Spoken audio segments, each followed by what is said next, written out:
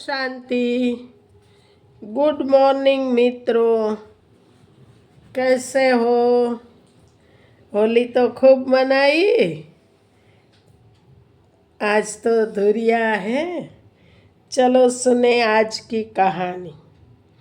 Title है प्रार्थना। एक सराय में शाम के समय एक अतिथि पहुंचा।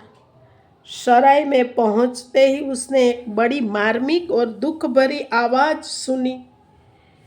पता नहीं कौन चिल्ला रहा था। पहाड़ की सारी घाटियां उस आवाज से गूंज रही थी। कोई बहुत जोर से चिल्ला रहा था, स्वतंत्रता, स्वतंत्रता, स्वतंत्रता। वह अतिथि सोचता हुआ आया, किन प्राणों से यह आवाज उठ रही है? कौन प्यासा है स्वतंत्रता का? कौन गुलामी के बंधनों को तोड़ देना चाहता है? कौन सी आत्मा यह पुकार कर रही है, प्रार्थना कर रही है? और जब वह सराय के पास पहुंचा तो उसे पता चला कि यह किसी मनुष्य की आवाज नहीं थी। सराय के द्वार पर लटके हुए पिंजरे में एक तोता स्वतंत्रता की आवाज लगा रहा था। वह अतिथि भी स्वतंत्रता की खोज में जीवन भर भटका था। उसके मन को भी उस तोते की आवाज ने छू लिया।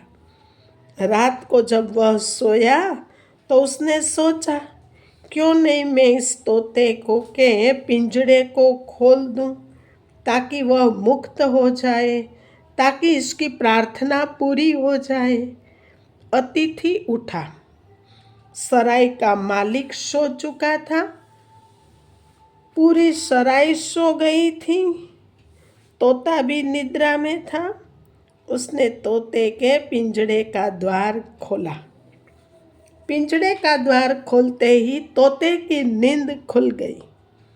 उसने जोर से सीखचों को पकड़ लिया और फिर चिल्लाने लगा, स्वतंत्रता, स्वतंत्रता, स्वतंत्रता। वह अतिथि हैरान हुआ। द्वार खुला है, तोता उड़ सकता था, लेकिन उसने जो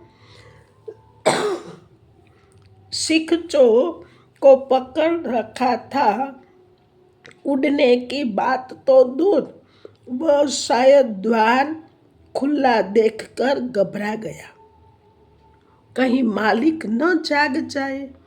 उस अतिथि ने अपने हाथ को भीतर डालकर तोते को जबरदस्ती बाहर निकाला। तोते ने उसके हाथ पर चोटें भी मार दी, लेकिन अतिथि ने उसने तो तोते को बाहर निकालकर उड़ा दिया। निश्चिंत होकर वह अतिथि सो गया उस रात और अत्यंत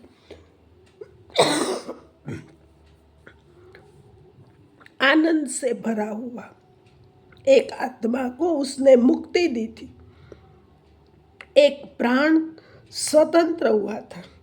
किसी की प्रार्थना पूरी करने में वह सहयोगी बना। वह रात सोया और सुबह जब उसकी नींद खुली, उसने फिर आवाज सुनी। तोता चिल्ला रहा था, स्वतंत्रता, स्वतंत्रता, स्वतंत्रता। वह बाहर आया, देखा तोता बाहर अपने पिंजरे में बैठा हुआ है, द्वार खुला है और तोता चिल्ला रहा है, स्वतंत्रता, स्वतंत्रता। वह अतिथि बहुत हैरान हुआ। उसने सराय के मालिक को जाकर पूछा, यह तोता पागल है क्या?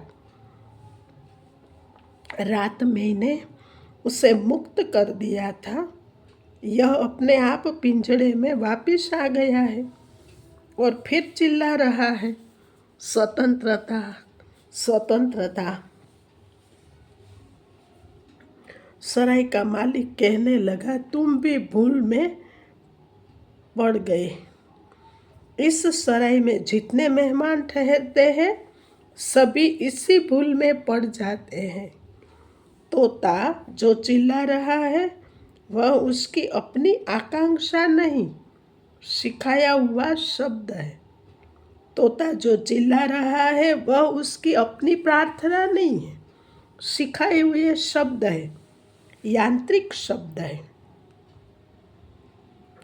तोता स्वतंत्रता नहीं चाहता था, केवल मैंने सिखाया है वही चिल्ला रहा है। तोता इसी प्रकार वापस लौट आता है। हर रात यही होता है। कोई अतिथि दया खाकर तोते को मुक्त कर देता है, लेकिन सुबह तोता वापस लौट आता है।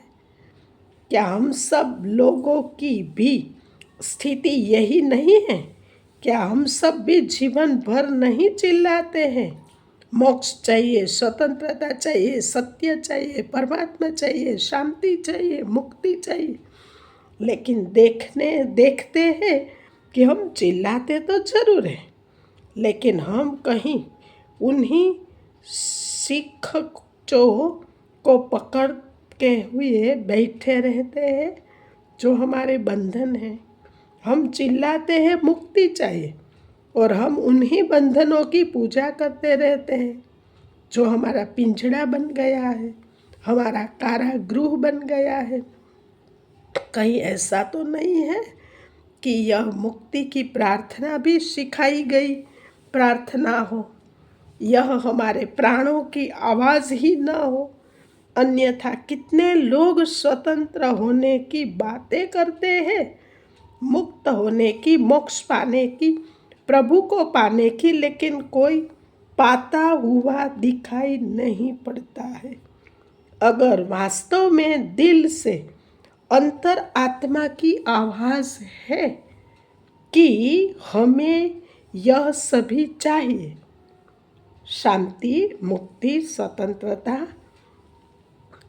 चाहिए, तो स्वयं मुक्तिदाता परमपिता परमात्मा अभी इस पुरुषोत्तम संगम युग पर इस धरा पर अवतरित होकर हमारी जन्म जन्म की चाहना पूर्ण करने के लिए, हमें देवत्व प्रदान करने के लिए इसी धरा पर पुनः स्वर्ग की स्थापना का कार्य कर रहा है। इसके लिए अपने नज़दीकी सेवा केंद्र का संपर्क करें तो आप भी अपनी मुक्ति की चाहना पूर्ण कर सकते हैं। अच्छा मित्रों, अब शांति। अगर आपको ये कहानी अच्छी लगी हो, उससे कुछ सीख मिली हो, तो अपने फ्रेंड सर्कल को, परिवार के सदस्यों को शेयर करना, चैनल को सब्सक्राइब करना, लाइक करना और कमेंट करना। जी अच्छा, ओम शांति, धन्यवाद।